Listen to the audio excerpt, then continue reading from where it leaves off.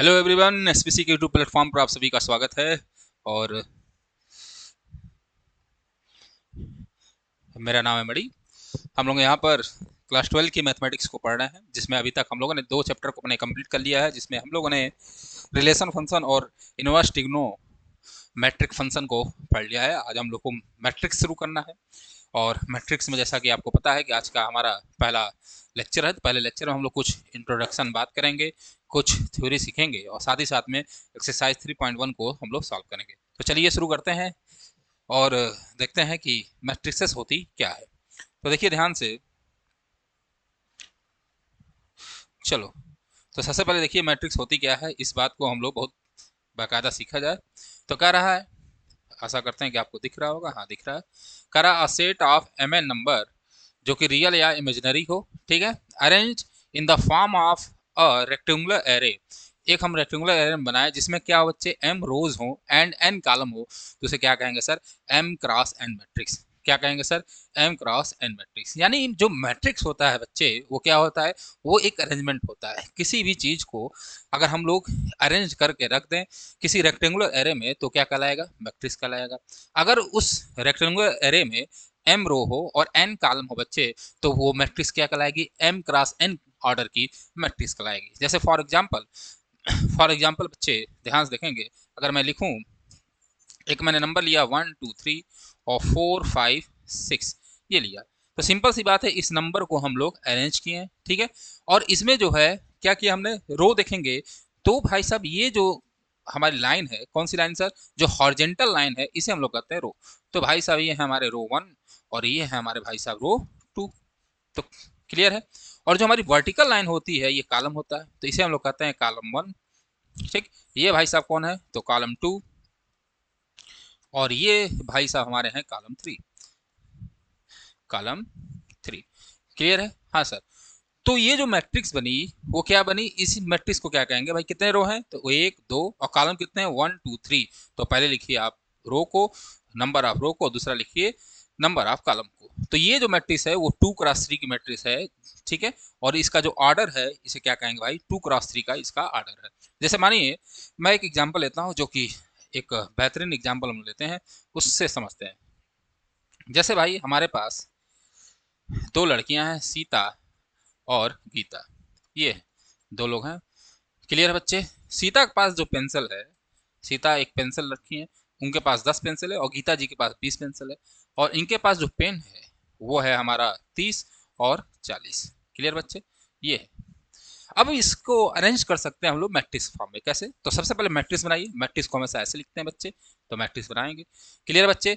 तो सबसे पहले यहाँ पे हम लोग पेंसिल को रखते हैं। ये हमारी हो गई पेंसिल और ये हो गया हमारा पेन। ठीक। यहाँ हमारी आ गई सीता जी और ये हमारी आ गई गीता जी। क्लियर बच्चे। अब देखो पेंसिल कितना था सीता जी के पास, 10। और सीता जी के पास जो पेन था वो कितना था बच्चे, 30।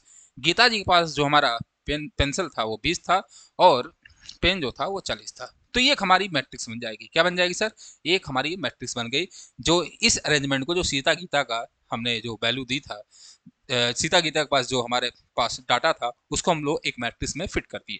इस मैट्रिक्स में देखेंगे भाई साहब, तो रो कितने हैं, तो कहेंगे सर ये 1, ये के रो ये है रो 1, और ये सर है हमारा रो 2। ये कौन है भाई साहब, रो 2। ये भाई साहब हमारे हैं कॉलम 1 और ये हमारे हैं भाई साहब कॉलम 2। क्लियर है। तो ये जो मैट्रिक्स बनेगी वो कितने क्रॉस कितने की बनेगी सर, 2 क्रॉस 2 की। पहले आप लिखेंगे रो, दूसरे पर लिखेंगे कॉलम। तो this is the 2 cross 2 matrix. इस मैट्रिक्स का जो ऑर्डर है वो क्या है भाई साहब, 2 क्रॉस 2 का है। इसी सीता गीता का अरेंजमेंट हम लोग कुछ और ढंग से भी कर सकते थे। जैसे फॉर एग्जाम्पल मैं सीता गीता का अरेंजमेंट करता हूँ एक और, तो कोई ध्यान से, अब मैं क्या करता हूँ, एक मैट्रिक्स बनाता हूँ, ठीक है। अब मैं इधर सीता जी को लिखता हूँ और यहाँ हमारे पास है गीता जी। कोई दिक्कत नहीं। ये जो है हमारा पेन है, और ये जो है वो किसको रिप्रेजेंट कर रहा है भाई, पेंसिल को रिप्रेजेंट कर रहा है।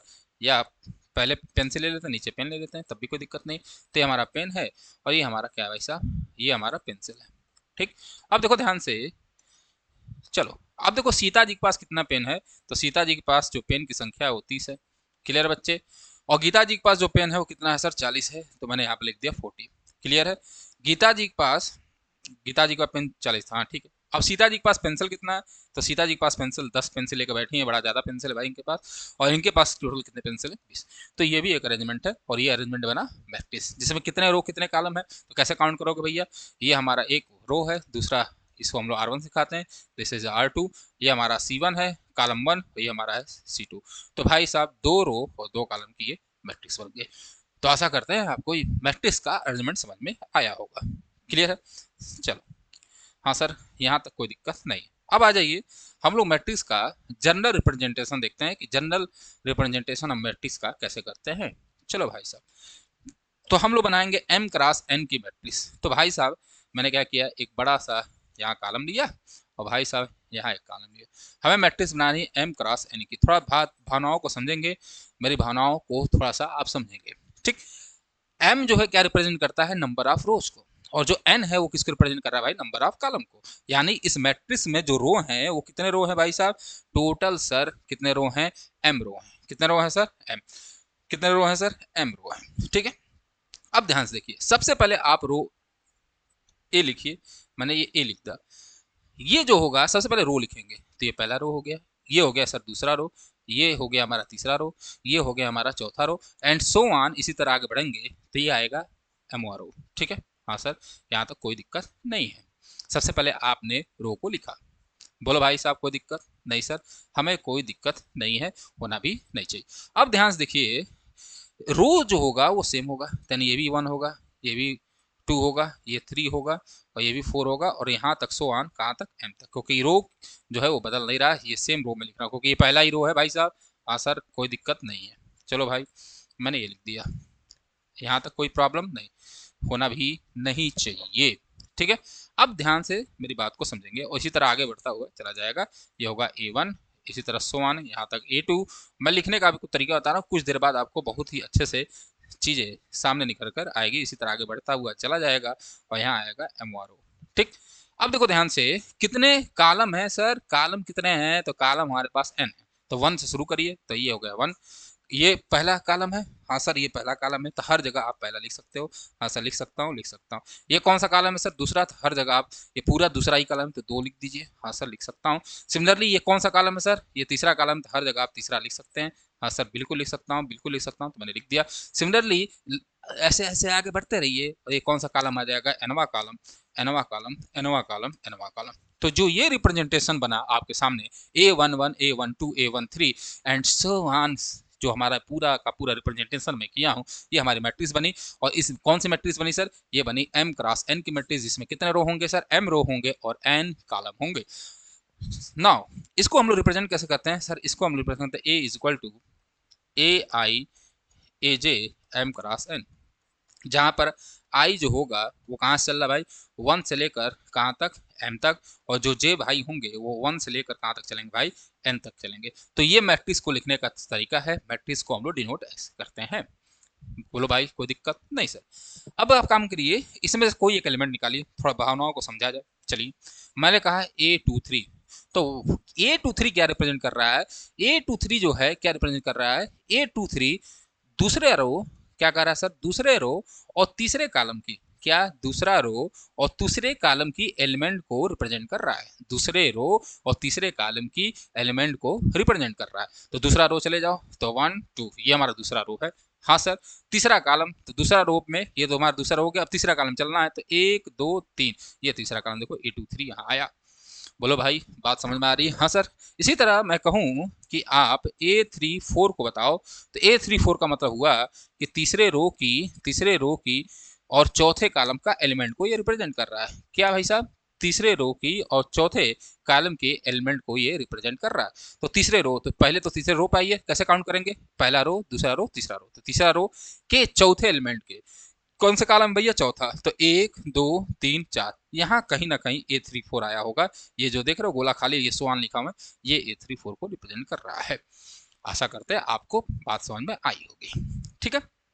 अब एक बात ध्यान से सुनेंगे, अगर कोई m क्रॉस n की मैट्रिक्स है, अगर कोई m क्रॉस n की मैट्रिक्स है, तो उसमें टोटल कितने एलिमेंट होंगे sir, m into n element होंगे।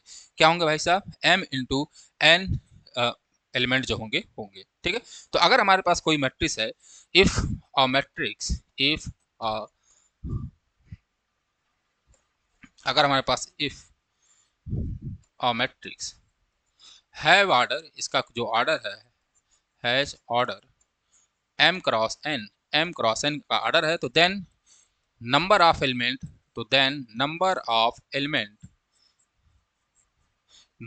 ऑफ एलिमेंट्स इन ए जो होगा वो कितना होगा सर, m इंटू एन होगा। कितना होगा sir, m into N total number होंगे। बात समझ आ रही है? हाँ सर। चलिए, अब कह रहा m cross n matrix usually return as, तो भाई साहब अभी मैंने समझाया था कैसे लिखोगे। तो सर इसको रिप्रेजेंट करते हैं ए का मतलब होता है ए आई जे, ठीक है। यहाँ लिखोगे m क्रॉस n और ये बराबर होगा किसके सर, तो यहाँ पे आ जाओ, तो पहला रो कॉलम, ठीक है। पहले तो A1 आप लिख लोगे, लिखने का तरीका आप समझ लीजिए। A1 और कहाँ तक जाएगा भाई, A1 जो है पूरा 100 तक आगे बढ़ता जाएगा। इसको मैं हटा दूँ थोड़ा। हाँ सर कोई दिक्कत नहीं है, यहाँ भी A1 आएगा। सिमिलरली अब ये पहला रो है तो ये दूसरा कॉलम, ये है तीसरा कॉलम और ये nवां कॉलम होगा। सिमिलरली ये जो है दूसरा रो है, इसी तरह तीसरा रो और इसी तरह आगे बढ़ेंगे तो mवां रो, ये पहला कॉलम ही होगा, तो हर जगह पहला कॉलम कर दो।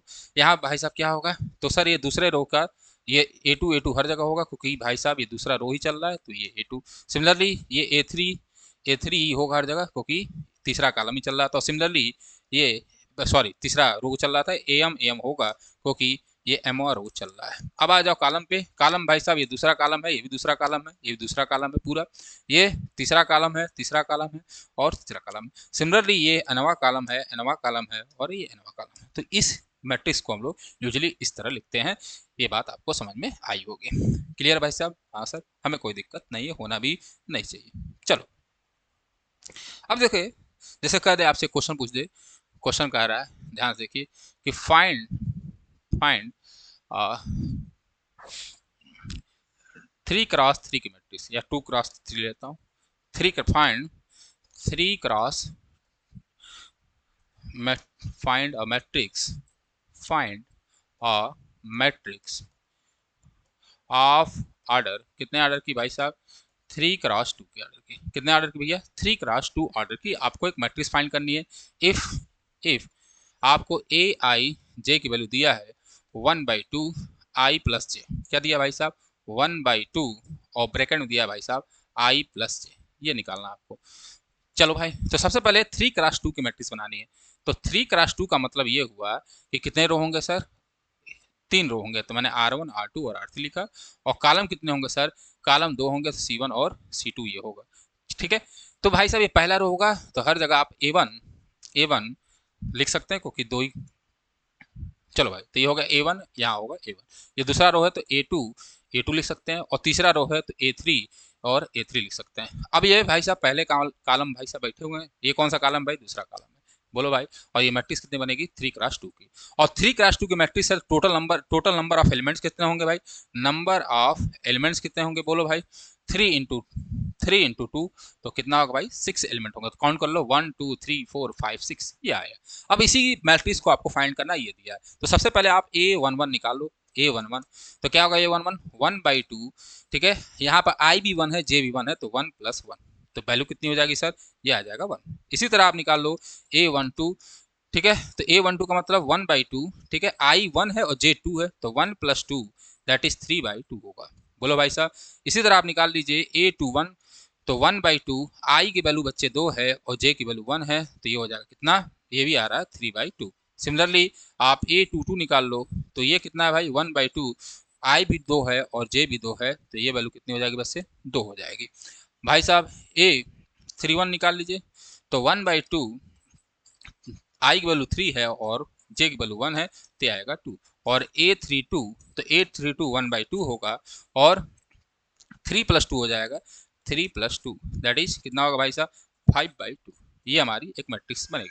अब इसी मैट्रिक्स की वैल्यू उठा कर रख दो, तो जो हमारा मैट्रिक्स आएगा, ये आएगा, वो कितना आएगा भाई साहब, वो आएगा A11 की वैल्यू 1 थी, तो यहाँ होगा 1। A12 की वैल्यू कितनी थी, 3/2, तो होगा 3/2। बोलो भाई। A21 की वैल्यू थी 3/2, तो यहाँ भी हो जाएगा 3/2। A22 की वैल्यू कितनी थी, तो वो थी 2। सिमिलरली ये कितना था, A31, तो ये था 2, और A32 कितना था बच्चे, ये था 5/2। अब देखो ध्यान से, ये मैट्रिक्स बन गया, कितने का कितने का, 3 रो है 2 कॉलम है, 3 रो, 1 रो 2 रो और 2 कॉलम, 1 और 2, ये हमारी मैट्रिक्स निकल गई। आशा करते हैं आपको बात समझ में आई होगी, बहुत अच्छी बात हमने आपको बताई है। क्लियर भाई साहब? हाँ, चलो आगे बढ़ें। चलिए, कह रहा एग्जाम्पल नंबर 1, कह रहा consider the following information regarding the number of main and women works in 3 factories first and second third representation even information form a 3x2 matrix. What does the entry in the third row and second column? चलो, ये आपके NCERT का मैंने example उठा लिया है, एक NCERT का हम लोग एग्जाम्पल आपके लिए उठाए थे। तो चलिए भैया देखा जाए। कह रहा है आपको 3x2 की मैट्रिक्स बनानी है। कितने x2 की? 3x2 की। तो 3x2 का मतलब क्या हुआ, थोड़ा इस बात को समझ लें। 3x2 का मतलब हुआ कि इसमें जो रो होंगे वो 3 होंगे, तो R1 R2 और R3 होगा। ये मैं समझाने के लिए लिख रहा हूँ, बार बार नहीं लिखूंगा। और कॉलम जो होगा वो कितने होंगे? 2 होंगे, C1 और C2। मैंने क्या किया, यहाँ पे लिख दिया मैन वर्कर्स, ठीक है, और यहाँ लिख दिया हमने वोमेन वर्कर्स। ये सब समझा दिया गया आपको। ये हमारी पहली फैक्ट्री हो गई, ये दूसरी फैक्ट्री हो गई, और ये तीसरी फैक्ट्री हो गई। बोलो भैया। हाँ, तो यहाँ पे पहली फैक्ट्री में 30 और 25 हैं महिलाएं, यहाँ पे 25 पुरुष हैं, और यहाँ पे 31 महिलाएं हैं, और ये 27 और ये आपका हो गया 26।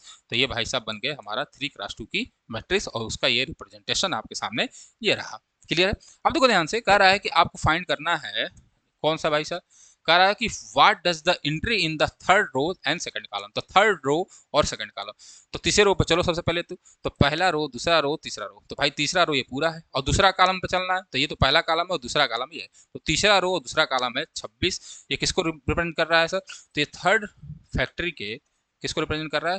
थर्ड फैक्ट्री के महिलाओं को रिप्रेजेंट कर रहा है, वुमेन को रिप्रेजेंट कर रहा है। क्लियर भाई साहब? ये बात आपको समझ में आई होगी। ठीक है, चलिए आगे बढ़ते हैं। चलिए, एक देखिए क्वेश्चन, बहुत ही अच्छा क्वेश्चन है। कह रहा है कि if a matrix has 12 element, ठीक है, अगर कोई मैट्रिक्स के पास 12 लोग हैं, तो what are the possible order it can have. तो चलिए भाई थोड़ा ध्यान से समझेंगे। हमें पता है कि इफ, अगर कोई मैट्रिक्स है, इफ मैट्रिक्स हैज ऑर्डर, अगर इसका ऑर्डर बच्चे m क्रॉस n होता है, तो टोटल नंबर ऑफ एलिमेंट्स जो होते हैं, तो नंबर ऑफ एलिमेंट्स जो होता है, नंबर ऑफ एलिमेंट्स वो होता है कितना भाई? m इंटू एन होता है। क्या होता है भाई? m into N. अब हमारे पास दिया है यहाँ पे 12, तो 12 ये है mn की वैल्यू होगी। थोड़ा भावनाओं को समझेंगे। हमारे जो हमारा 12 है, ये 12 किसको रिप्रेजेंट कर रहा है? m इंटू एन को रिप्रेजेंट कर रहा है। तो भाई साहब इसके पॉसिबल ऑर्डर्स क्या होंगे, यही आपको बताने हैं। तो पॉसिबल ऑर्डर क्या होगा? पॉसिबल ऑर्डर होगा number of ordered pair, number of ordered pair of किसका भाई साहब? नेचुरल नंबर का, नेचुरल नंबर का, of natural number whose multiplication is 12, जिसका मल्टीप्लिकेशन जो हो या प्रोडक्ट जो हो कितना हो भाई साहब? वो हमारा 12 हो। तो भाई साहब वो ऑर्डर पे निकाल लो। तो सबसे पहले ऑर्डर पर होगा 1 और 12 का। बोलो भाई साहब। हाँ होगा। सिमिलरली 12 और 1 का होगा। हाँ सर होगा। सिमिलरली 3 और 4 का होगा, क्योंकि 3 इंटू 4 करोगे तो 12 आएगा, और 4 इंटू 3 भी होगा। हाँ सर होगा। इसी तरह आपका 2 इंटू 6 होगा, क्योंकि दोनों का मल्टीप्लाई 12 होगा, और 6 2 भी होगा, क्योंकि दोनों का मल्टीप्लाई 12 होगा। क्लियर है? और कोई नंबर दिख रहा है आपको? 6 2 3 हो गया, 4 3 हो गया, 5 6 7 8, बाकी आपको दिखने को नहीं मिलेगा। तो इसे टोटल नंबर ऑफ क्या बोल रहा है? पॉसिबल ऑर्डर क्या हो सकते हैं? पॉसिबल ऑर्डर हो सकता है एक तो 1 इंटू 12, दूसरा हो सकता है 12 इंटू 1, ठीक है, फिर हो सकता है 3 इंटू 4, और फिर हो सकता है 4 इंटू 3, फिर हो सकता है बच्चे 2 इंटू 6 और 6 इंटू 2। तो टोटल नंबर कितने हुए? 1 2 3 4 5 6। तो कितने पॉसिबल ऑर्डर हो सकते हैं सर? टोटल 6 पॉसिबल ऑर्डर हमारे पास यहाँ पर हो सकते हैं। और वो कौन कौन से हो सकते हैं वो मैंने नीचे लिखा है, ये पॉसिबल ऑर्डर आपके पास होंगे। चलिए आगे बढ़ा जाए। हाँ सर, कर रहा है आपको एक 4x2 की मैट्रिक्स बनानी है, whose elements of given by, कोई 4x2 की मैट्रिक्स बनाई जिसका ए आई जे बराबर दिया है 1/2 मॉड आई माइनस जे। चलो भाई ये बनाना है। तो सबसे पहले 4x2 मैट्रिक्स का मतलब क्या हुआ वो देख लो। 4x2 का मैट्रिक्स का मतलब हुआ कि भाई साहब इसमें रो जो होंगे वो 4 होंगे, तो 4 रो बना लो। तो A1, यहाँ A2 और A3 और सिमिलरली A4 ये होगा। बोलो भाई साहब होगा? हाँ सर होगा। ठीक, और 2 कॉलम होगा, 4 इंटू 2, तो 2 कॉलम होगा। तो ये भी रो सेम है क्योंकि सेम है, दूसरे रो को रिप्रेजेंट कर रहा है। हाँ सर कर रहा है कर रहा है कर रहा है। और कॉलम ये पहला है, ये भी पहला है, ये भी पहला है, ये भी पहला है, ये दूसरे कॉलम है, दूसरा कॉलम है, दूसरा कॉलम है और ये दूसरा कॉलम है। ये आपकी 4x2 की मैट्रिक्स बनेगी। तो सबसे पहले आप निकाल लो A11। तो A11 बराबर क्या होगा 1/2 मॉड 1 माइनस 1। तो ये कितना हो जाएगा बच्चे 0। सिमिलरली आप निकाल लो A21। तो A21 का मतलब क्या होगा हाफ 2 माइनस 1, क्योंकि 1 की वैल्यू आई की वैल्यू 2 है और जे की वैल्यू 1 है। तो सॉल्व कर लेंगे तो ये कितना आएगा 2 में से 1 गया तो 1/2 आएगा। सिमिलरली A31 निकाल लो तो हाफ मॉड 3 माइनस 1, तो ये भी आएगा 1। और A41 कितना होगा half mod 4 minus 1 that is 3/2, ये आया। अब इसी तरह A12 निकाल लेंगे तो A12 क्या होगा हाफ मॉड 1 माइनस 2। और जब इसको सॉल्व करूंगा तो 1 माइनस 2 मॉड में है तो ये होगा हाफ, ये आएगा मॉड माइनस 1 और मॉड की वैल्यू 1 ही होती है तो ये आएगा 1/2। भाई मॉड हमेशा पॉजिटिव वैल्यू देता है, याद रखेंगे। A22 तो हाफ, ठीक है, मॉड 2 माइनस 2, ये आएगा 0। ठीक है भैया। ये इसी तरह A32 निकाल लो तो हाफ, ठीक है, 3 माइनस 2, तो 3 में से 2 घटाओगे तो 1 आएगा तो ये आएगा 1/2। और लास्ट हमारा बचा ए, ये मैं गलत लिख दिया, A42 होगा, ठीक, A42 क्योंकि भाई साहब ये चौथा रो था। A42 तो हाफ 4 माइनस 2, बोलो भाई।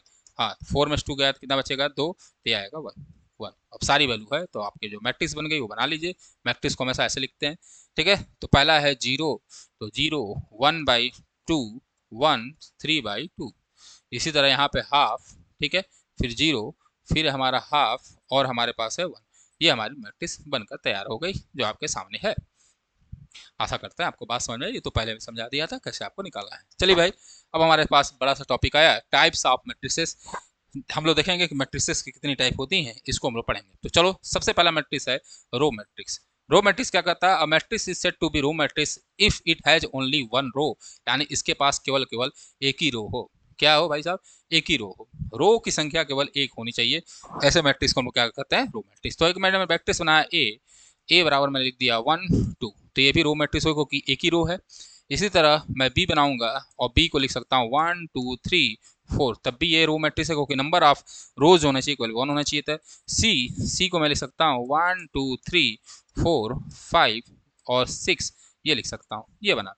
तो देखेंगे ध्यान से, तो 1 रो और इसमें कॉलम कितने हैं, ऐसे गिनो 1 2, तो कॉलम कितने हैं 2, ठीक है।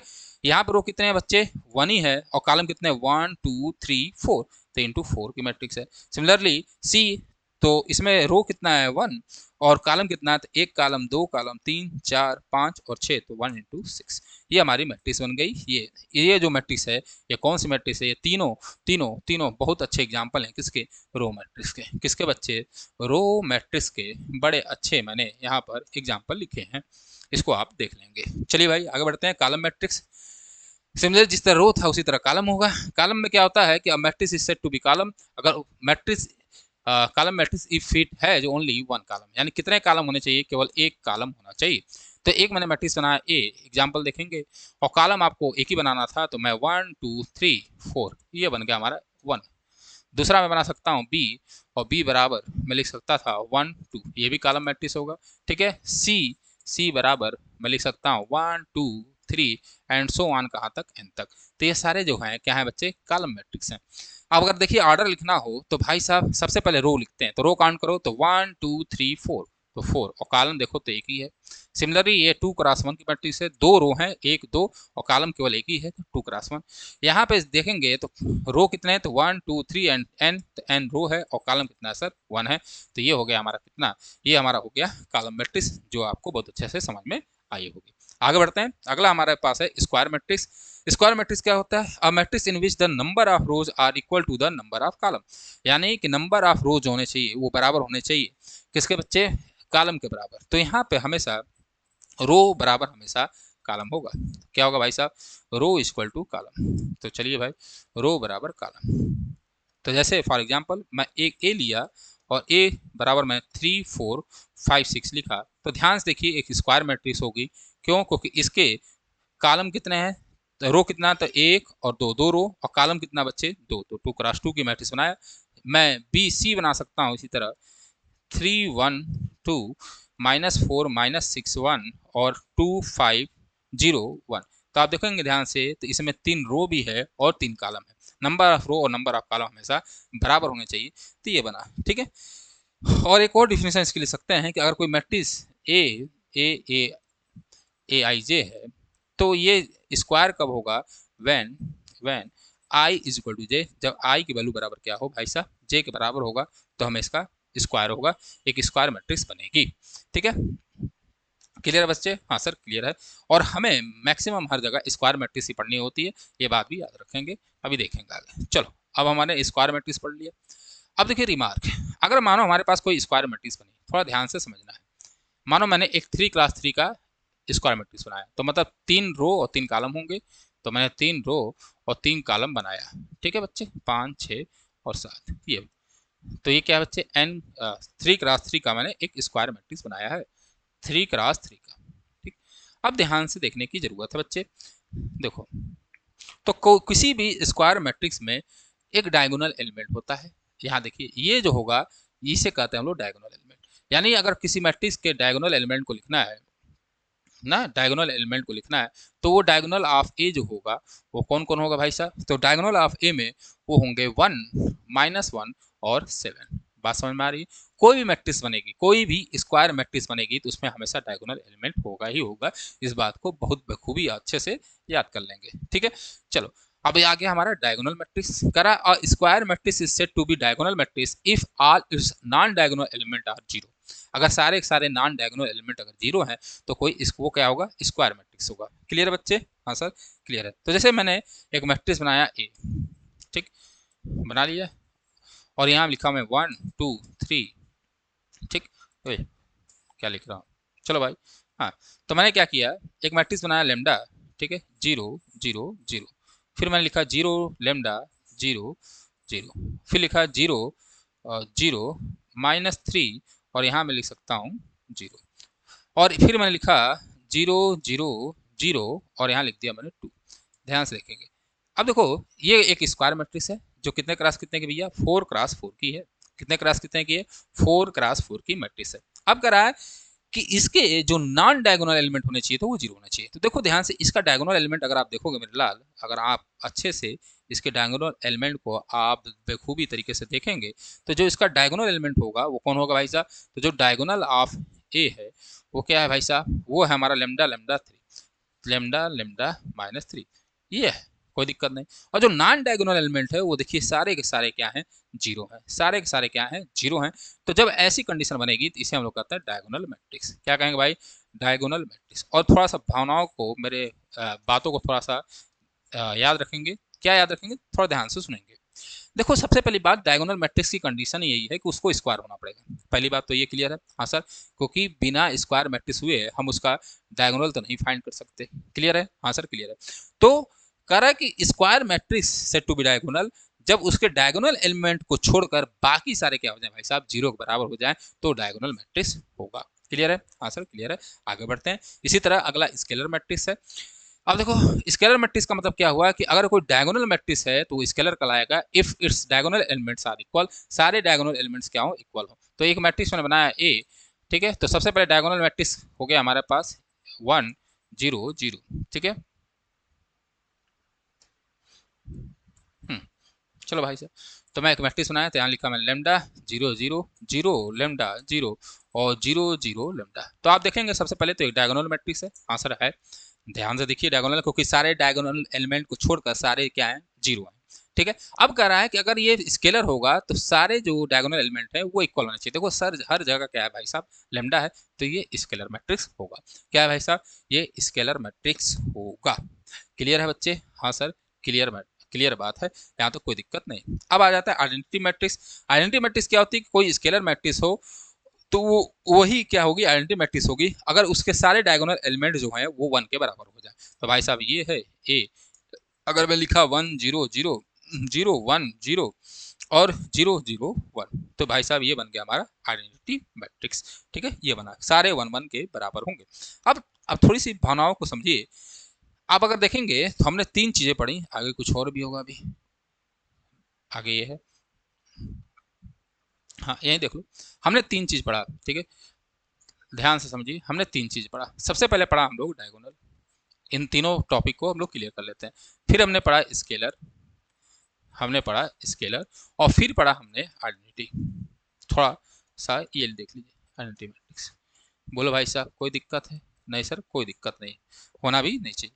अब आपको एक बात याद रखना है, क्या कि every identity matrix is scalar matrix. हर एक आइडेंटिटी मैट्रिक्स जो होता है वो स्केलर होता है, पहली बात ये। और हर एक स्केलर मैट्रिक्स जो होता है वो डायगोनल होता है। फिर भावनाओं को समझेंगे। हर एक आइडेंटिटी मैट्रिक्स स्केलर होता है और डायगोनल होता है, ये ये ज़्यादा सही है, ठीक है। कोई भी आइडेंटिटी मैट्रिक्स क्या होगा भाई, स्केलर भी होगा और डायगोनल भी होगा, क्लियर है। और कोई भी स्केलर मैट्रिक्स जो होगा वो क्या होगा, डायगोनल होगा। कोई भी स्केलर मैट्रिक्स क्या होगा, डायगोनल होगा। लेकिन जब ऐसे चलेंगे ऐसे, तो क्या हर एक डायगोनल मैट्रिक्स स्केलर होगा? नहीं सर, बिल्कुल नहीं होगा। क्या हर एक स्केलर मैट्रिक्स आइडेंटिटी होगी? नहीं सर, बिल्कुल नहीं होगी। तो एक बात तो क्लियर हुआ, ये क्लियर हुआ कि हर एक आइडेंटिटी मैट्रिक्स स्केलर और डायगोनल होता है। हर एक स्केलर मैट्रिक्स डायगोनल होती है, ये बात याद रखेंगे। लेकिन क्या हर एक डायगोनल मैट्रिक्स स्केलर होती है? बिल्कुल नहीं, बिल्कुल नहीं। क्या हर एक स्केलर आइडेंटिटी मैट्रिक्स होगी? बिल्कुल नहीं। ये बात दिमाग में बैठा लीजिए। रीजन ये है कि डायगोनल केवल कंडीशन ये है कि भाई साहब इसके डायगोनल एलिमेंट में कोई भी हो, बाकी सारे जीरो हो, ये कंडीशन है। हाँ भाई साहब, अब देखो ध्यान से, स्केलर कंडीशन क्या है, डायगोनल एलिमेंट इक्वल होने चाहिए थे, तो डायगोनल एलिमेंट इक्वल होने चाहिए। बोलो भाई, बोलो भाई, बोलो, ये होना चाहिए। हाँ सर, ये। और इसकी कंडीशन ये है कि डायगोनल एलिमेंट में 1 होना चाहिए। क्या होना चाहिए? 1 होना चाहिए, 1 होना चाहिए, 1 होना चाहिए। ये 3 मैट्रिक्स मैंने बना लिया। अब ध्यान से देखो, इसका तो डिफिनीशन यही है ना, डायगोनल मैट्रिक्स की डिफिनीशन तो यही है। क्या है? डायगोनल मैट्रिक्स में डिफिनीशन में यही है कि सारे जीरो हो जाएं तो डायगोनल होगा। तो सिंपल सी बात है कि नॉन डायगोनल एलिमेंट अगर सारे जीरो हो तो डायगोनल हो, तो ये भी डायगोनल हो गया भाई साहब, ये भी डायगोनल है और ये भी डायगोनल है। बोलो भाई कोई दिक्कत? हाँ सर।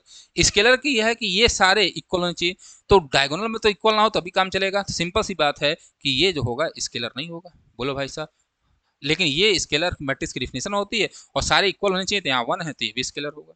बोलो भाई साहब, हाँ सर कोई दिक्कत नहीं है। आइडेंटिटी की बात करते हैं तो आइडेंटिटी तो केवल सिंगल है, वहाँ कोई दिक्कत है नहीं। अब देखो थोड़ा ध्यान से आइडेंटिटी मैट्रिक्स के बारे में एक और चर्चा कर लें, क्योंकि आपके लिए आने वाले समय में आइडेंटिटी मैट्रिक्स जो है वो बहुत ही ज़्यादा इंपॉर्टेंट हो जाएगी। उसको देखिए, चलो देखो, आइडेंटिटी मैट्रिक्स को हम लोग आई एन से दिखते हैं, ठीक है। Identity matrix is denoted by I n, ठीक है। Identity matrix is denoted by, इसको हम लोग डिनोट करेंगे बच्चे, किससे डिनोट करते हैं? डिनोटेड बाई, किससे डिनोट करते हैं बच्चे? आई एन से। आई एन का मतलब क्या हुआ कि ये एक आइडेंटिटी मैट्रिक्स बनेगी, ठीक है। कितने क्रॉस कितने की? एन क्रॉस एन की, ठीक है। कितने की? एन क्रॉस एन की। तो बना लो, तो 1 0 0 0 और इसी तरह आगे बढ़ेगा। यहाँ क्या होगा भैया? 0 1 0 0 0। बोलो भाई, सिमिलरली 0 0 1 0 सो 1 और यहाँ पे आ जाएगा 1। तो ये एन क्रॉस एन की मैट्रिक्स बनी। जैसे मैं कहूँ I4 आप लिखो, तो I4 का मतलब हुआ कि 4 क्रॉस 4 की आइडेंटिटी मैट्रिक्स बनाना है, तो 1 0 0 0 लिखेंगे, फिर 0 1 0 0 लिखिए, फिर 0 0 1 0 लिखिए और 0 0 0 1 लिखिए। अगर आप देखेंगे तो ये 4 क्रॉस 4 की आइडेंटिटी मैट्रिक्स बन गई। इसको दिमाग में बैठा कर रखना है, क्या होती है आइडेंटिटी मैट्रिक्स। चलिए, आशा करते हैं आपको बात समझ में आ गई होगी। अब हम लोग आगे बढ़ते हैं, अगला देखते हैं कि हमें अगला क्या पढ़ना है। चलिए अब देखिए, जीरो मैट्रिक्स या नल मैट्रिक्स दोनों को एक ही बात कहा जाता है।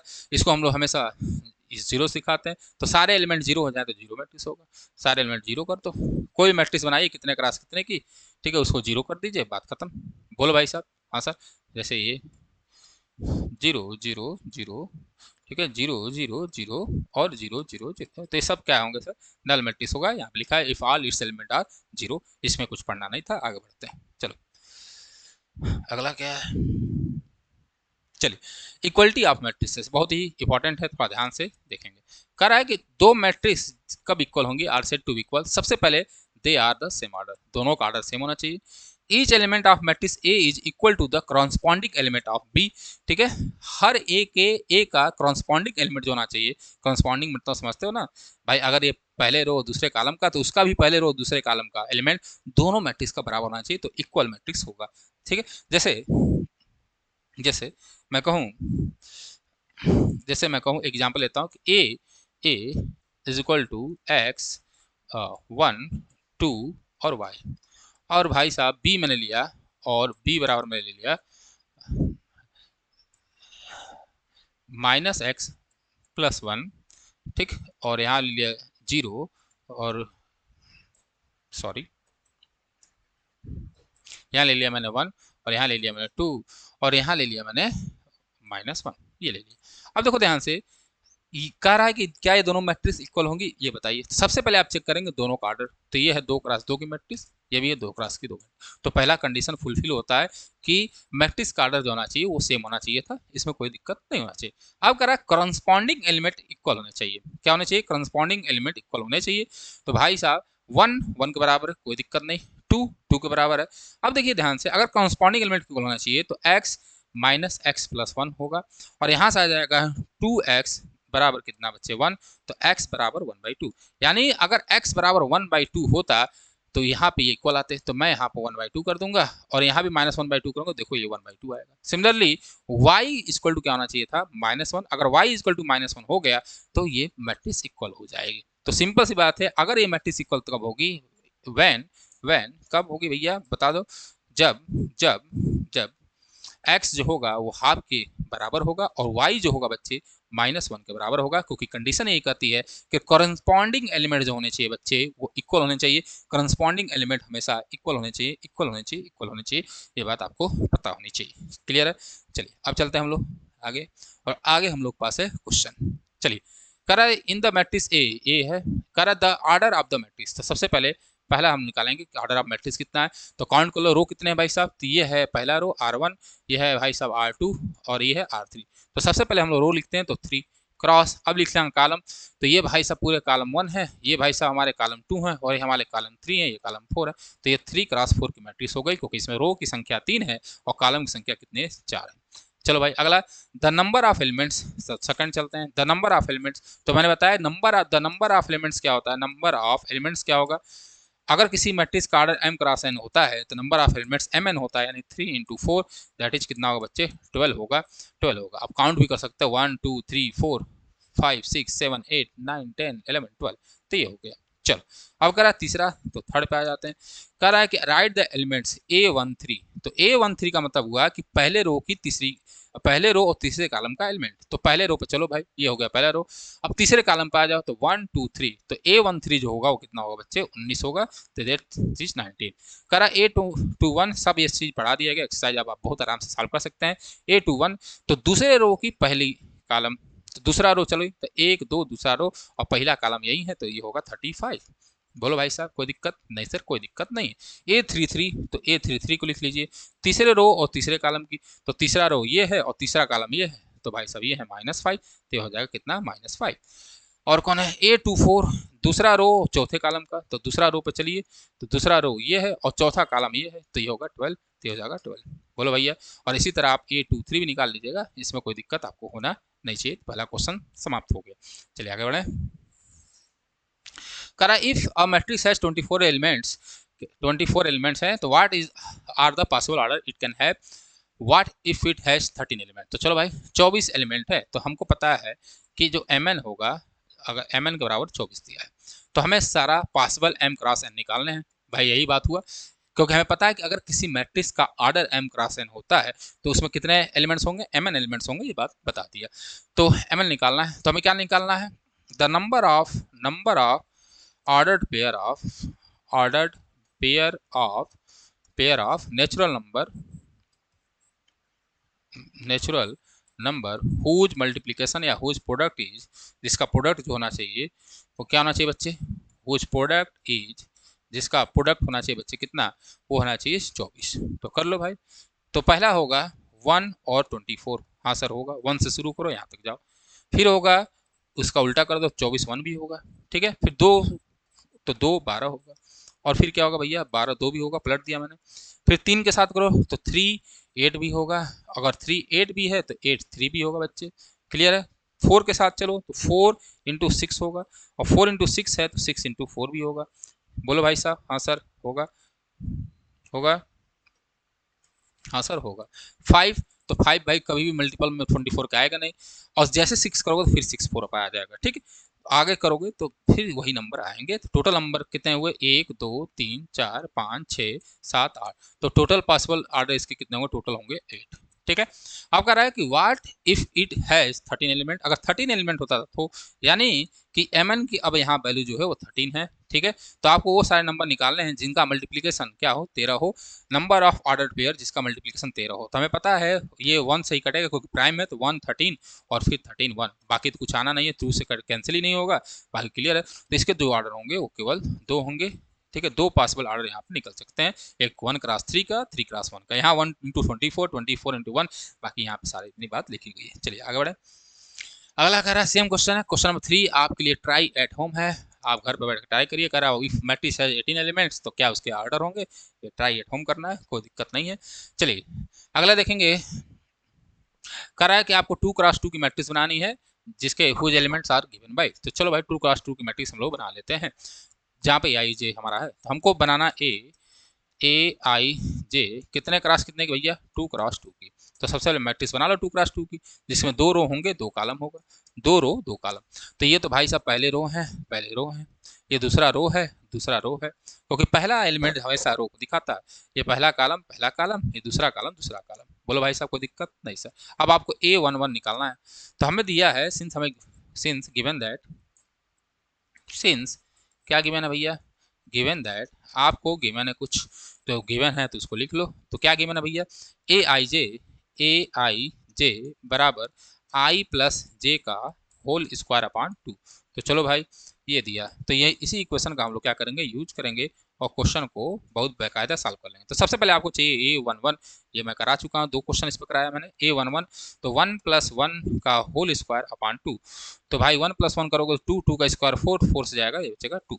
इसी तरह आप निकालो A21, तो मैं यहाँ निकाल लेता हूँ। तो A21 बराबर क्या होगा बच्चे, आई यहाँ पे अब कितना भैया 2 है, आई कितना है यहाँ पे 2, तो 2 प्लस जे कितना बच्चे 1 का whole square upon 2, that is ये कितना आएगा 9 अपॉन 2। बोलो भाई। इसी तरह आप निकाल लो A12, तो A12 की भी वैल्यू सेम होगी, 2 + 1, 1 + 2 का स्क्वायर अपॉन 2 कर लो, तो ये आएगा 9/2।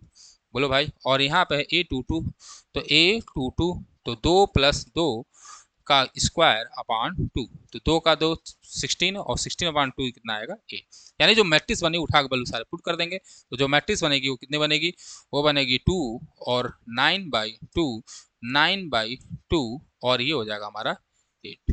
क्लियर बच्चे, ये हमारा पहले का आंसर हो जाएगा, इसमें कोई दिक्कत नहीं होना चाहिए था। ठीक है। बोलो भैया हो जाएगा, कुछ है ही नहीं। इसी तरह आप ए आई जे निकाल लेंगे, 2x2 की निकालनी है तो ए आई जे भी निकाल लीजिएगा, और तीसरा भी निकाल लेंगे, ए आई जे बराबर ये है, इसको भी आप लोग सॉल्व कर लेंगे। बस मैंने जैसे बताया है, आई और जे की वैल्यू यहाँ पर बस चेंज करनी है। अगर इतना काम नहीं कर पाओगे तो क्या मतलब है पढ़ने का फिर ठीक है। तो A11 क्या होगा, 1/1 तो आएगा 1। A12 क्या होगा, 1/2। A13 क्या होगा, A13 तो है ही नहीं, A21 है तो 2/1, और A22 का 2/2। ठीक है, कर लेंगे इस तरह, उसको भी लगा लेंगे, कोई दिक्कत नहीं होना चाहिए। ठीक है, कल सॉल्व करना है, आगे बढ़ते हैं। अगला करा 3x4 की मैट्रिक्स बनाए, हुज एलिमेंट आर गिवन है, इसको कर देते हैं। क्वेश्चन नंबर 5, 3x4 की बनाना है, एक मैं करेगा एक तू करेगा भाई, एक मैं करेगा एक तू करेगा, एक मैं करेगा एक तू करेगा। तो चल भाई हमारे पास है ए आई जे और बनाना है हमको ये। तो सिंस हमें गिवन है, गिवन दैट, आपको जो गिवन है लिख लो। तो हमारे पास गिवन दैट है कि ए आई जे की जो वैल्यू है वो है हाफ और मॉड 3i + j, ये दिया है। हाँ, ये दिया है और ये मॉड में है, तो भाई साहब इनको हम लोग मॉड में सुरक्षित इनको रख दिया जाए। चलो 3x4, तो जो हमारी मैट्रिक्स ए आएगी वो 3x4 की बनानी है। तो 3x4 की मैट्रिक्स धड़ाक से बना लोगे, 3 रो और 4 कॉलम। तो 3 रो है, तो ये हमारा पहला रो, ये हमारा दूसरा रो, ये हमारा तीसरा रो। ठीक है, ये भी A1 होगा, ये भी A1 होगा, और 4 कॉलम है, तो 4 कॉलम, तो इसको थोड़ा सा मैं या यहीं लिख देता हूँ, एडजस्ट। तो ये हो गया A1, और फिर इसी तरह 4 आपको कॉलम बना लीजिए। तो हमारा ये भी A2 होगा, ये भी A2 होगा, ये A2 होगा। ठीक है, ये A3 होगा, ये A3 होगा बच्चे, ये A3 होगा। ये पहला रो, पहला पहला कॉलम, ये दूसरा कॉलम, दूसरा कॉलम, दूसरा कॉलम, दूसरा कॉलम, दूसरा तीसरा कॉलम, तीसरा कॉलम और तीसरा कॉलम। ठीक है, ये चौथा कॉलम, चौथा कॉलम, और ये हमारे चौथा कॉलम आया। ठीक है बच्चे। हाँ, और मुझे लगता है कि इसको दोबारा मुझे लिख देना चाहिए थोड़ा सा बढ़ा के, नहीं तो तुम्हें दिक्कत हो सकती है। तो चलो भैया लिख देता हूँ लेकर प्रभु का नाम। हाँ, तो चलो भाई जो मैट्रिक्स आएगी वो क्या आएगी, A11, A12, A13 और A14 आएगा। और फिर A21, A22, A23 और कितना 24 आएगा। कितने क्रॉस कितने बनानी भाई साहब, 3 क्रॉस। तो A31, A32, A33 और A34 आएगा। और ये मैट्रिक्स बन गई हमारी 3x4 की। चलो भाई निकाल लो। तो सबसे पहले A11, तो हमारा यहाँ से A11 आई भी 1 और जे भी 1, तो होगा हाफ, ठीक है, मॉड -3 और +1। -3 +1 करोगे तो आएगा -2, और -2 मॉड में है तो +2 हो जाएगा, 2/2 होगा तो ये आएगा 1। इतना सॉल्व करना आपको आना चाहिए। A12 निकाल लेंगे, तो A12 का मतलब हाफ, आई की वैल्यू हमारे पास है 1, तो आई -3, ठीक है, क्योंकि 3i है, और प्लस जे हमारे पास है 2, तो ये आएगा कितना भैया 1/2, ठीक है। इसी तरह आप निकाल लो A13, तो A13 होगा हाफ, आई है 1 तो होगा -3, और प्लस ये हमारे जे भाई साहब 2 हैं तो 3, तो ये भी आएगा 1/2, क्योंकि 3 - 2 करोगे तो -1, और मॉड में है तो +1/2 आएगा, ठीक है। इसी तरह आप A14 निकाल लेंगे तो होगा हाफ, ठीक है, आई हमारे पास है 1 तो होगा -3 और प्लस होगा 4, तो ये आ जाएगा हमारा हाफ। बोलो भाई साहब कोई दिक्कत नहीं सर, यहाँ तक कोई दिक्कत नहीं। इसी तरह आगे और निकाल लिया जाए, तो मैं इधर निकालता जाता हूँ, आप देखते जाइए। तो मैंने A14 निकाल लिया, A21 निकाल लोगे तो A21 क्या होगा भाई साहब, हाफ -3i, तो -6 हो जाएगा, प्लस हो जाएगा 1, और ये कितना आ जाएगा बच्चे 5/2 हो जाएगा। क्लियर है। A23 निकाल लो, A22 निकाल लो तो होगा हाफ, ठीक है, -3 × 2 तो -6 + 2, ये कितना हो जाएगा बच्चे -4/2 दैट इज 2। इसी तरह आप निकाल लोगे A23 निकाल लीजिए तो होगा हाफ, ठीक है, और -6 + 3, ये कितना आएगा बच्चे 3/2। A23 हो गया। A24 निकाल लेंगे तो होगा हाफ, ठीक है, -6 + 4, और ये कितना आएगा बच्चे 1 आएगा। बोलो भाई साहब कोई दिक्कत नहीं सर। इसी तरह A31 निकाल लो, तो भाई साहब A31 तो हाफ, ठीक है, -3i है, तो -3 × 3 करोगे तो -9 होगा, तो -9 और +1 हो जाएगा, तो ये कितना आ जाएगा बच्चे, और मॉड है, ये भाई साहब मॉड है, तो -9 + 1, तो ये 8, तो ये आ जाएगा 4। इसी तरह आप निकाल लोगे A32 तो होगा हाफ -9 + 2, ठीक है, तो ये कितना हो जाएगा बच्चे, ये हो जाएगा 7/2। और A33, ठीक है, तो A33 कितना हो जाएगा हाफ, ठीक है, -9 + 3, तो ये आ जाएगा कितना बच्चे, ये आएगा 3। और लास्ट हमारा बचा A34, तो मैं वो यहाँ कहीं लिख देता हूँ जो आपको दिख जाए। A34 होगा हाफ -9 + 4, तो -9 4 प्लस होगा 5/2। ये सारी वैल्यू निकल गई है, इन सारे वैल्यू उठा कर यहाँ रख देंगे, आपको मैट्रिक्स निकल जाएगा। इतना काम आपको करना पड़ेगा, ये छोटा सा काम। चलिए आगे बढ़ते हैं, ये क्वेश्चन ट्राई एट होम है, TAH। चलो भाई TH आगे बढ़ते हैं। चलिए कह रहा है find the value of XYZ from the following equation. आपको फॉलोइंग इक्वेशन निकालना है। तो देखिए कह रहा है टू मैट्रिक्स इक्वल, सिंस आपको फर्स्ट ऑफ ऑल देखना चाहिए टू मैट्रिसेस आर इक्वल, ये कब इक्वल होते हैं, इफ एंड ओनली इफ सबसे पहले कि जो होना चाहिए सेम ऑर्डर होना चाहिए, ए एंड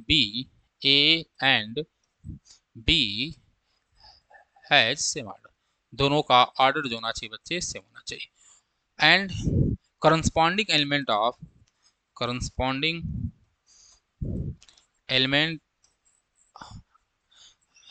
जो होने चाहिए वो क्या होने चाहिए बच्चे, आर इक्वल होने चाहिए थे। ये दो कंडीशन होता है। तो चलो भाई, तो सबसे पहले देखो 2x2 की मैट्रिक्स है पहले में, हाँ सर है, तो पहली कंडीशन तो फुलफिल हो गई, कोई दिक्कत नहीं है। अब करस्पॉन्डिंग एलिमेंट जो होने चाहिए बराबर होने चाहिए था, तो करस्पॉन्डिंग एलिमेंट अगर बराबर होंगे तो 4 किसके बराबर होना चाहिए था, y के, तो y बराबर हो जाएगा यहाँ से 4। z जो होगा वो किसके बराबर होगा बच्चे 3 = z होना चाहिए, और x जो होना चाहिए 1 के बराबर होना चाहिए, और 5 जो है 5 के बराबर है, तो कोई दिक्कत नहीं है। तो यहाँ से पहले में वैल्यू जो आएगी x बराबर 1, y बराबर 4 और z बराबर 3 होगा। ये बात आपको लिख लेना चाहिए और कोई दिक्कत नहीं होनी चाहिए। क्वेश्चन नंबर 2 देखिए, सबसे पहले ऑर्डर चेक करोगे तो ये है 2x2 के ऑर्डर, और ये भी है 2x2 में ऑर्डर, कोई दिक्कत नहीं सर, कोई दिक्कत नहीं। तो सबसे इक्वेशन पहले बनेगा कि करस्पॉन्डिंग एलिमेंट इक्वल, तो x + y जो होगा 6 के बराबर होगा, तो 6 के बराबर होगा, 2 के बराबर है तो कोई दिक्कत नहीं है। 5 + z जो है वो किसके बराबर होगा बच्चे, 5 + z 5 के बराबर होगा, तो z यहाँ से निकल जाएगा 0। तो एक तो हमारा इक्वेशन ये 1 मान लो और ये जेड 0 निकल गया, बहुत कोई दिक्कत नहीं। और एक्स वाई जो होगा, एक्स वाई जो होगा वो कितना होगा बच्चे, 8 होगा। करस्पॉन्डिंग एलिमेंट इक्वल होना चाहिए, तो एक्स वाई जो हमारा होगा 8 के बराबर होगा। यहाँ तक कोई दिक्कत नहीं है, होना भी नहीं चाहिए, ठीक है। चलो भाई, अब सॉल्व करना है, इसकी वैल्यू निकालनी है हमें, x और y की वैल्यू निकालनी है। तो चलो भाई x माइनस वाई निकाल लो। तो x माइनस वाई का जो होल स्क्वायर होता है वो x प्लस वाई के होल स्क्वायर, ठीक है, और माइनस 4xy के बराबर होता है, ठीक है, आप चेक कर सकते हैं। हाँ सर, तो हमने क्या किया, x प्लस वाई का होल स्क्वायर दैट इज 6 का स्क्वायर 36 माइनस होगा 32, ये आ जाएगा बच्चे 4। तो जो x माइनस वाई की वैल्यू आएगी वो आएगी 2। तो इसको मान लें क्वेश्चन नंबर 2, ठीक है। दोनों को सॉल्व कर लो, तो 2x दोनों को ऐड किया, एडिंग 1 प्लस 2, दोनों को सॉल्व करेंगे तो 2x इज इक्वल टू कितना होगा बच्चे 8, तो x बराबर आएगा बच्चे 4, तो x आया हमारा 4, ठीक है। इसको मान लीजिए क्वेश्चन स्टार, क्योंकि ये इंपॉर्टेंट है। तो x अगर 4 आया तो देयर फोर y का आएगा, अगर यहाँ x 4 आया तो y आएगा 2, तो y इज इक्वल टू हमारे पास आएगा 2। तो हमारे पास जो वैल्यू आई वो क्या आई, हमारे पास वैल्यू आई x is equal to 4, y is equal to 2 और z इज इक्वल टू 0, ये आया।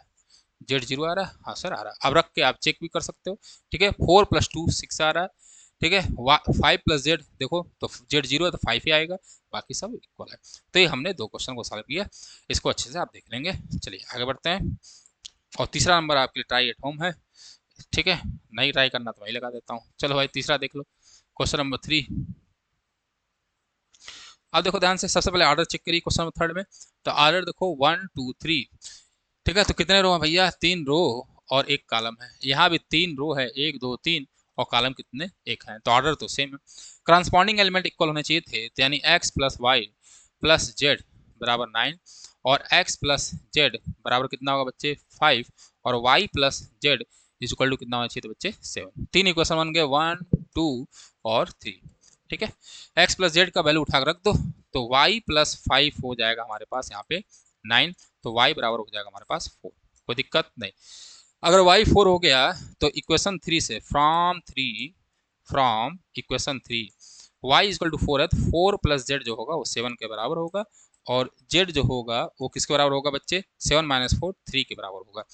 क्लियर है बच्चे। अगर जेड 3 आ गया तो फ्रॉम कहाँ से बच्चे, 2 से, अगर जेड 3 है तो 3 प्लस एक्स जो होगा वो 5 के बराबर होगा, तो x जो होगा वो किसके बराबर होगा बच्चे, 2 के बराबर होगा। तो हमारे पास जो वैल्यू आई वो आई x इक्वल टू 2, तो x बराबर आया बच्चे 2, y बराबर आया हमारे पास 4, और जो z आया बच्चे, z हमारे पास या, ठीक है, या g जो आया जेनजी वाला वो कितना आया बच्चे 3 आया। कोई दिक्कत नहीं सर।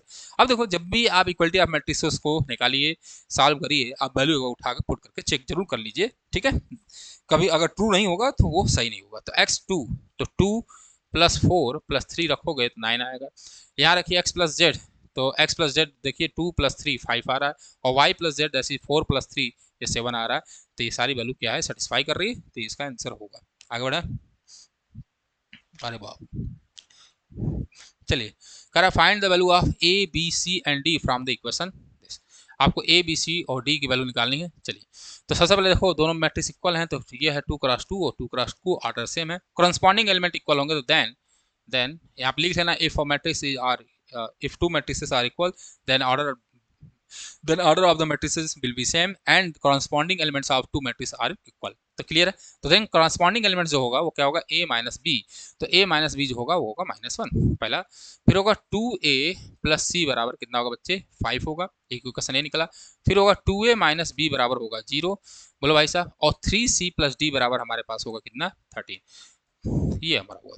तो सबसे पहले इन दोनों इक्वेशन को सॉल्व करते हैं। तो इसको मैंने माना 1, इसको मान लिया 2, इसको मान लिया मैंने 3, ठीक है, और इसको मान लिया मैंने 4। तो सॉल्व कर लो बच्चे। जैसे मैं सॉल्व करूंगा, जैसे मैं सॉल्व करूँ दोनों को घटा दीजिए, तो जैसे आप घटाएंगे तो होगा प्लस, ये होगा माइनस, तो माइनस ए, ठीक है, यहाँ पे लिख देता हूँ नहीं तो तो इक्वेशन 1 माइनस 2 हम कर रहे हैं, ठीक है। तो यहाँ आ जाएगा भैया माइनस ए, और जैसे ही मैं इसको घटाऊंगा तो कहाँ गए, तो a बराबर आएगा 1, तो a बराबर आ जाएगा कितना बच्चे 1 आ जाएगा। बोलो भाई साहब कोई दिक्कत नहीं सर, हमें कोई दिक्कत नहीं है, यहाँ तक कोई दिक्कत होनी भी नहीं चाहिए, ठीक है। तो हमने इसको क्या किया, कैंसिल, अरे ये -1 होगा ना, ये बराबर 1 ही तो होगा, ठीक है। हाँ, ओहो, चलो भैया ए बराबर 1, ठीक है। यहाँ तक कोई दिक्कत नहीं सर, हमें यहाँ तक कोई दिक्कत नहीं है। चलो भाई आगे बढ़ते हैं। आगे हमारे पास A1 आया, तो अगर A1 आया तो B कितना आएगा, B कितना आएगा, तो B जो होगा वो होगा A की वैल्यू 1 है, तो A हमारे पास है 1, 1 माइनस बी बराबर -1, तो B बराबर कितना होगा भाई, -1 और -1, और ये हो गया B बराबर हो जाएगा 2। तो A आएगा हमारे पास 1 और B आएगा हमारे पास 2, तो A आया हमारे पास 1 और B आया हमारे पास 2, ठीक है। चल अब A अगर 1 आ गया, A 1 आया तो C कितना आएगा, तो from equation then equation 3 imply करिए, तो 3 क्या इम्प्लाई करेगा भाई, 2A मतलब 2 प्लस C बराबर 5, तो C बराबर हो जाएगा हमारे पास 3। अगर C 3 हो गया, C की वैल्यू उठा के यहाँ रूट रख दो, तो कुछ है ही नहीं यार, तो 9 प्लस D बराबर 13, तो 13 में से 9 गया तो बचेगा D इक्वल टू 4। तो हमारे पास A आया 1, B आया 2, C तो हमारे पास वैल्यू जो आई वो क्या आई, A is equal to 1, B is equal to बच्चे कितना आया 2, C आया हमारे पास 3 और D आया हमारे पास 4। आप इसको रख के एक बार चेक जरूर कर लीजिए। तो 1 माइनस 2 करोगे तो -1, 2A प्लस C करिए तो 2A दैट इज 2, ये होगा 2 और प्लस C दैट इज +3, तो 5 आ रहा है।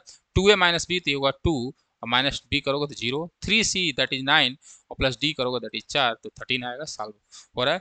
तो ये सारे जो है वैल्यू क्या है, सेटिस्फाई कर रहे हैं। आगे बढ़िए, चलिए करा है कि if A is a square matrix, if कब होगा, जब भाई स्क्वायर मैट्रिक्स होता है तो जो रो बराबर कॉलम होता है, ये आपको पता होना चाहिए, m बराबर n, तो इसमें कुछ करना नहीं था।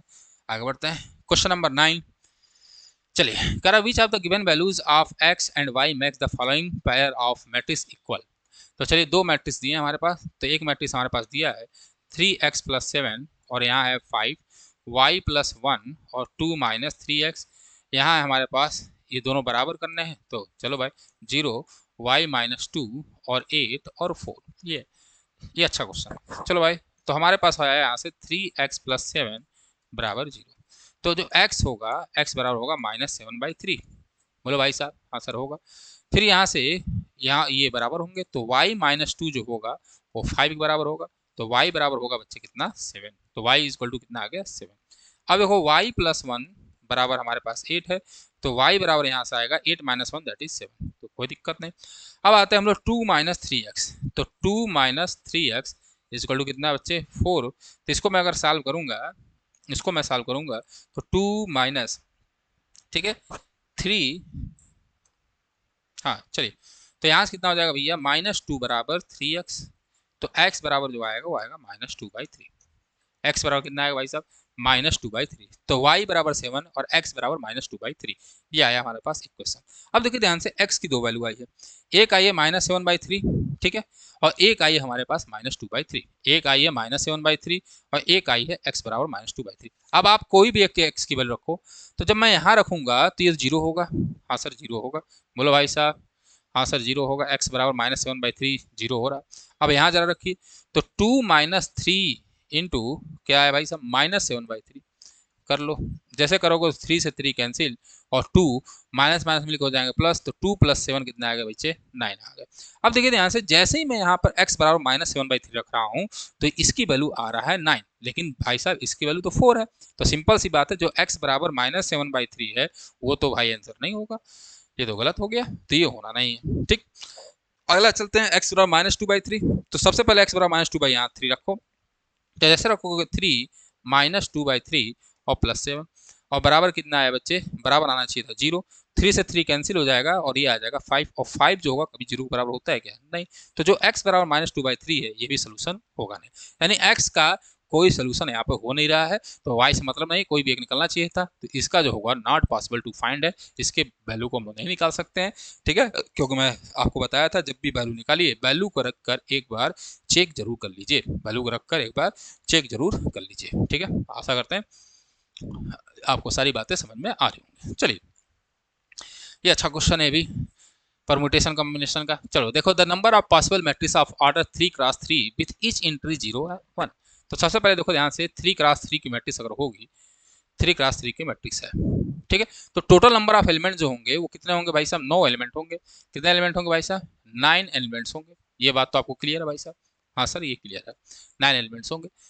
कह रहा है possible matrix with each entry 0 या 1 है। कह रहा है या तो यहाँ 0 आ जाए या तो यहाँ 1 आ जाए, या भाई साहब यहाँ 0 आ जाए या यहाँ 1 आ जाए, यहाँ 0 आ जाए यहाँ 1 आ जाए, सिमिलरली यहाँ 0 आ जाए यहाँ 1 आ जाए।